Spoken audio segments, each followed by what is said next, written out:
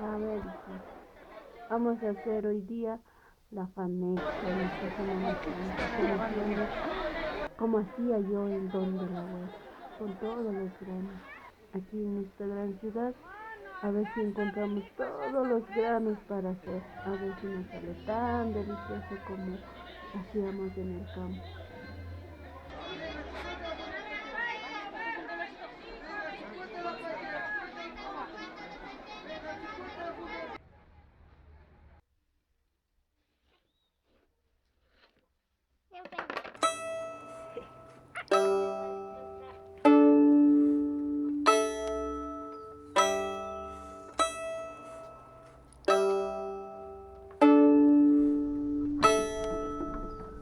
¿Cuál? Ujú.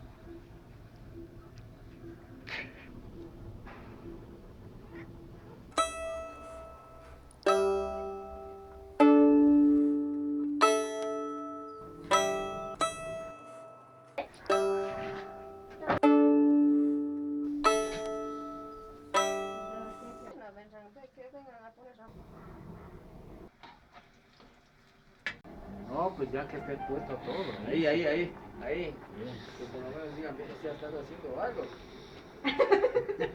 No está chupando sangre. Toma, ya está. ¿Qué más falta cocinar? Nada más nos salió un poquito chuya porque nos faltó. Cierto que me olvidé de las No, papas. ahí está bien, ahí está bien. Venga.